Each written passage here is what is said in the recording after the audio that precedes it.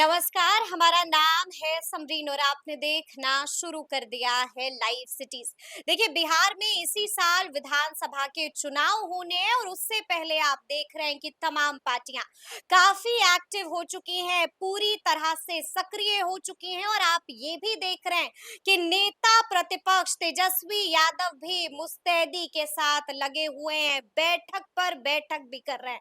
तो इस वीडियो में हम आपको बताएंगे कि आखिर बैठक के अंदर तेजस्वी यादव ने क्या कुछ दिशा निर्देश दिया है। तो एक बार फिर से इसी मुद्दे पर खरी खरी बातचीत करने के लिए हमारे साथ सीनियर जर्नलिस्ट रवि उपाध्याय जी हैं। सबसे पहले बहुत शुक्रिया बातचीत के बिल्कुल, लिए। शुक्रिया। जी, रवि जी, सबसे पहले तो हम आपसे जानना चाहेंगे कि कई तरह की खबरें चल रही हैं और सबकी निगाहें टिकी हुई थी कि आखिर उस बैठक में तेजस्वी यादव पूरी तरह से मुस्तैद हैं और कई तरह के दिशा निर्देश भी दे रहे हैं। आपके पास भी कई सारी जानकारियां हैं, तो क्या कुछ खबर निकल के आई है बैठक के भीतर से? देखिए, तेजस्वी यादव एकदम निश्चित रूप से इस बार बदले हुए दिखाई पड़ रहे हैं और सब कुछ एक-एक चीज़ को अपने खुद मॉनिटर कर रहे हैं।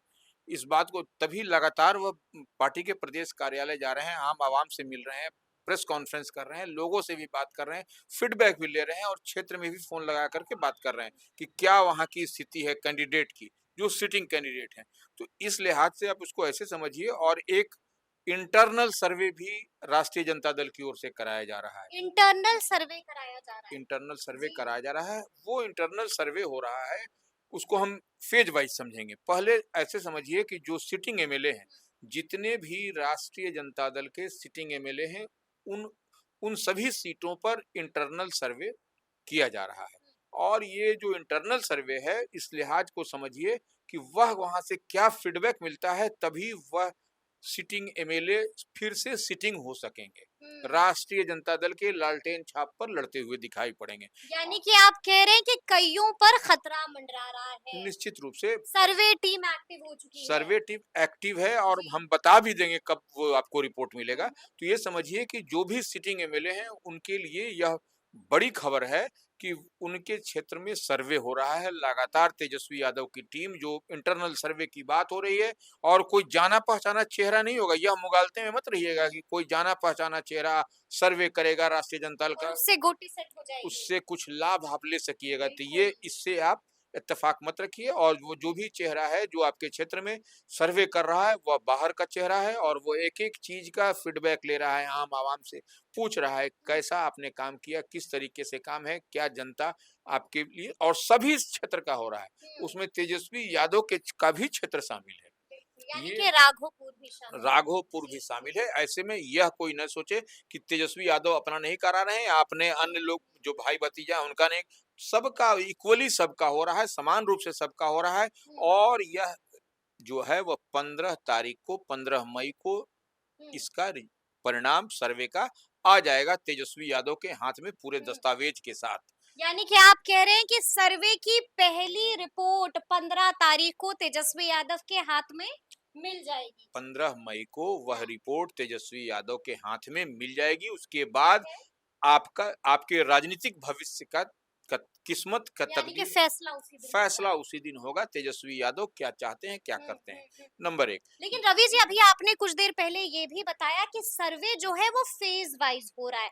तो ये तो पहला फेज हो गया, दूसरा फेज क्या वही होगा? बता रहे हैं 15 तारीख के बाद फिर वैसे-वैसे विधानसभा सीटों पर तेजस्वी की वही टीम हम्म। फिर जाएगी जो सर्वे कर रही है और देखेगी कि उन इलाकों में जहां पर आरजेडी के प्रत्याशी नहीं हैं, वहां पर महागठबंधन का या आरजेडी का कौन-सा प्रत्याशी देने से और कौन-सा उम्मीदवार किस जाति, किस समाज, किस वर्ग का देने से बेहतर परफॉर्मेंस होगा, यह होगा तो तेजस्वी यादव की टीम फिर अब उसके बाद 15 मई के बाद उन इलाकों में दस्तक देती हुई दिखाई पड़ेगी आपको। यह एक बड़ा नतीजा आपको दिखाई पड़ेगा। तो फिर उस समीकरण के हिसाब से राष्ट्रीय जनता दल कह लीजिए, महागठबंधन कह लीजिए, इंडिया ब्लॉक की ओर से उस कंसर्न सीट पर उम्मीदवार दिया जाएगा। यानी कि आपने बड़ी बात कह दी है। आपने साफ-साफ यही कहा रवि जी कि सीटों की अदला-बदली भी हो सकती है। देखिए, सीट की अदला-बदली आपको जब जी। चुनाव में, जंग में जीतना है तो हर तरह का साम दाम दंड भेद सब सब कुछ चलेगा करना जी। पड़ेगा और ऐसे में किसको अच्छा नहीं लगेगा? कांग्रेस को अच्छा नहीं लगेगा, कि वाम दल को अच्छा नहीं लगेगा, कि वीआईपी को अच्छा नहीं लगेगा, या पशुपति कुमार पारस की पार्टी की एंट्री होगी उसको, सबको अच्छा लगेगा कि हमारे हम्म, दल के उम्मीदवार अधिक से अधिक संख्या में जीत करके विधानसभा में जाए। हम्म, तो ऐसे में जो तेजस्वी की जो स्ट्रेटजी है, जो रणनीति है, जो वह बना रहे हैं, जिसको हम लोग डिकोड कर रहे हैं, तो यह एक बेहतर पॉलिसी, एक बेहतर नीति तेजस्वी ने तैयार की है, हम्म, जो कि कहीं न कहीं 2025 में इस बार आम चुनाव हो रहा है, हम्म, उसमें महागठबंधन बेहतर परफॉर्म करता हुआ दिखाई हम्म। पड़ेगा। देखिए, आपने ये भी कहा था कि तेजस्वी यादव भी बड़े बदले-बदले से नज़र आ रहे हैं। तो क्या लगता है आपको, क्या कुछ था 2020 में जो गलतियाँ हुई हैं तेजस्वी यादव से, जो वो 25 में कतई नहीं दोहराने जा रहे हैं? देखिए 2020 में कुछ जो सीटों का जैसे आपने मांगा, आपको दिया गया अलायंस पार्टनर को 70 सीट, 50 सीट, 24 सीट, 10 सीट, वह इसी तरीके से दे दी। अब इस बार पूरा जो सर्वे हो जाएगा इंटैक्ट 243 विधानसभा हुँ, का, तो उसमें पता चलेगा कि उस इलाके में क्या-क्या कमजोरी, क्या-क्या मजबूती है, और हुँ। उस मजबूती को अपने साथ जोड़ लेना है।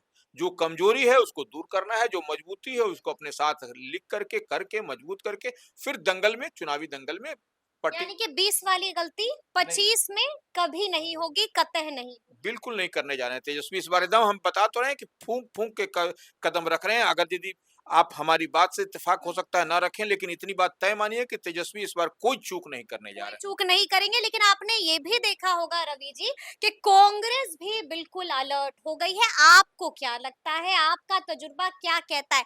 क्या वाकई में इस बार कांग्रेस को 70 सीटें मिलने जा रही हैं क्या? देखिए सीट पर समझौता करना होगा, हुँ। या कोई भी दल हो, क्योंकि देखिए महागठबंधन का कुनबा समझौता करना होगा, यानी कि 70 सीट नहीं नहीं मिलेगी। मिलेगी। देखिए 70 सीट भी नहीं मिलेगी, और आरजेडी भी जो जिस तरीके से 150, 145, 140 की बात है, वह भी नहीं होने जा रहा है। वो देखिए आरजेडी को भी कॉम्प्रोमाइज करना पड़ेगा, कांग्रेस को भी कॉम्प्रोमाइज करना पड़ेगा, वाम दलों को भी कॉम्प्रोमाइज करना पड़ेगा, क्योंकि आपके अलायंस पार्टनर, आपका कुनबा बढ़ता हुआ दिखाई पड़ रहा है। इस बात को समझिए, तो जब कुनबा बढ़ेगा तो सेक्रीफाइस सबको करना हुँ। पड़ेगा, सबको एडजस्टमेंट करना। यानी कि आधी रोटी से भी पेट भरना पड़ेगा। निश्चित रूप से सरकार आपकी जी। बनेगी, मजबूती से लड़िएगा तभी सरकार बनेगी। आधा अधूरे मन से स्ट्राइक करिएगा तो ना आप सेंचुरी बना पाइएगा, ना हाफ सेंचुरी 50 रन बना पाइएगा, और बोल्ड हो जाइएगा। तो आप बोल्ड होना चाहते हैं, कि या सेंचुरी बना करके, शतक जमा करके अपना नाम हुँ। कमाना चाहते नहीं कर। माले ने कहा है हमारा परफॉर्मेंस अच्छा है, 50 सीटें तो मिलनी ही अरे चाहिए। परफॉर्मेंस तो अपने बलबूते अकेले जाके कूद के ले आइए ना, आपको कौन रोक रखा है? अभी तक कोई रोक रखा था क्या?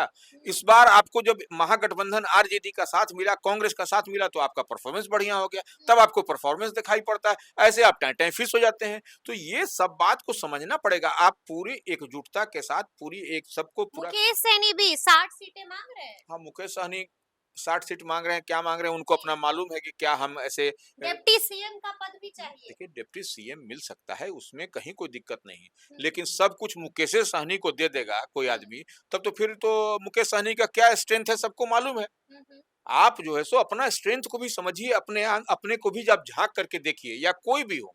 हुँ, या हम एक एक दल की बात नहीं कर, किसी भी दल, किसी भी अलायंस पार्टनर, या इंडिया हो हुँ, या वो एनडीए हो, वो अपना स्ट्रेंथ आपको समझना पड़ेगा, तभी जाकर के कोई बात बनती हुई दिखाई पड़ेगी। नहीं तो आपने देखा कि आप एक बार भी लोकसभा का चुनाव लड़ा, आपने 0 बटा सन्नाटा कर दिया। विधानसभा का चुनाव आप जो सो जिस हुँ, फ़ोल्ड में लड़े, आपको उसके बाद भी वो लोग भाग के उधर चले गए। तो हुँ, आपको तो वजूद आपके लोगों ने ही समय-समय पर दिखाया है। फिर आप किस बात का मुगालता पाल करके रखे हैं, इस बात को समझना पड़ेगा आपको। यानी कि जिद छोड़नी होगी, बलिदान देना होगा। लेकिन रवि जी, ऐसे में एक और प्रश्न है जो सबकी जुबान पर है। सब यही जानना चाह रहे हैं कि पशुपति पारस का क्या होगा? देखिए पशुपति पारस की एंट्री होगी। महागठबंधन में एंट्री होगी पशुपति पारस की? महागठबंधन की में एंट्री होगी 4 तारीख को। महागठबंधन की जो पटना में बैठक है, हुँ, तीसरी बैठक, अहम बैठक, उसके बाद जो बातचीत होगी वह हुँ, लोक जनशक्ति पार्टी, राष्ट्रीय जो लोग पशुपत आरएलजेपी। आरएलजेबी पशुपति कुमार पारस की पार्टी है, उस मुद्दे पर बातचीत अच्छा, होगी। ये आपको पारस की एंट्री को लेकर भी 4 तारीख को चर्चा नहीं, होगी। 4 के बाद। 4 के बाद चर्चा 4 तो होगी। महागठबंधन का बैठक है, उसके बाद हुँ, उनकी एंट्री के लिए बातचीत होगी, नंबर 1। उसके बाद से आपको तय किया जाएगा कि पारस की एंट्री कब होती है। हुँ।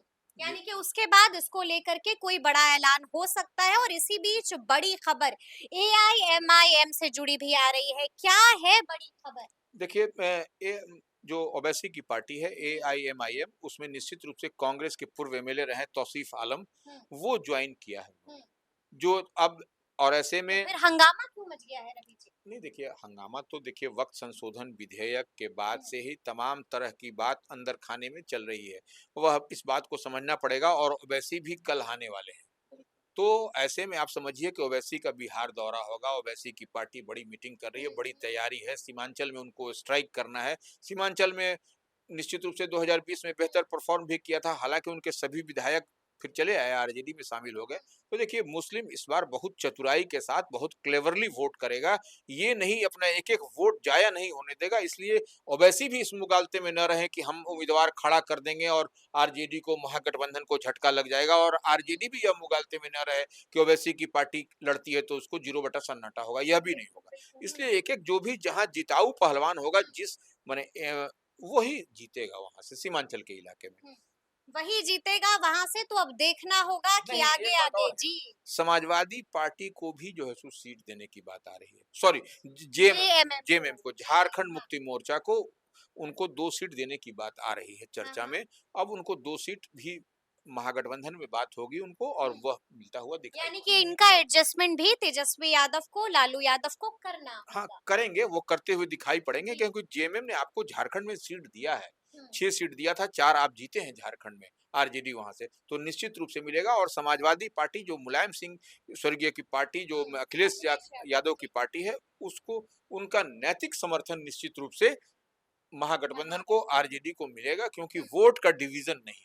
बिल्कुल। ये पूरी तरह से स्ट्रांगली इस बात को लेकर के ये लोग सचेत हैं इस बात। यानी कि कोई भी रिस्क लेने को तैयार नहीं है महागठबंधन, कोई भी रिस्क लेने को तैयार नहीं है तेजस्वी यादव। बिल्कुल, बिल्कुल देखिए तेजस्वी के आप देख लीजिए ना जिस तरीके से समाजवादी पार्टी पूरी मजबूती के साथ आरजेडी के साथ है तो वह वोट ऑफ डिवीजन यादवों के वोट में डिवीजन नहीं हो, मुस्लिम के वोट में डिवीजन नहीं डिविजन है। नहीं हो। यही सब जी। प्रयास है। इसलिए कोई भी तीसरा अगर यदि चाहेगा किसी के बहकावे में, किसी के बुलावे में कि हम प्रत्याशी दे करके अपने टीम को उसको उसको दूसरी को मजबूत करें, कमजोर करें, वह इस बार नहीं होने जा रहा है। नहीं चलेगा। तो अब देखना होगा कि आगे आगे बिहार की सियासत में क्या कुछ होता है। तो फिर ये पूरी बातचीत आपको कैसी लगी है, कमेंट करके हमें जरूर बताइएगा। तो ऐसे तमाम अपडेट्स के लिए बिल्कुल ऐसे ही हमारे साथ बने रहिएगा और देखते रहिएगा लाइव सिटीज। बहुत शुक्रिया।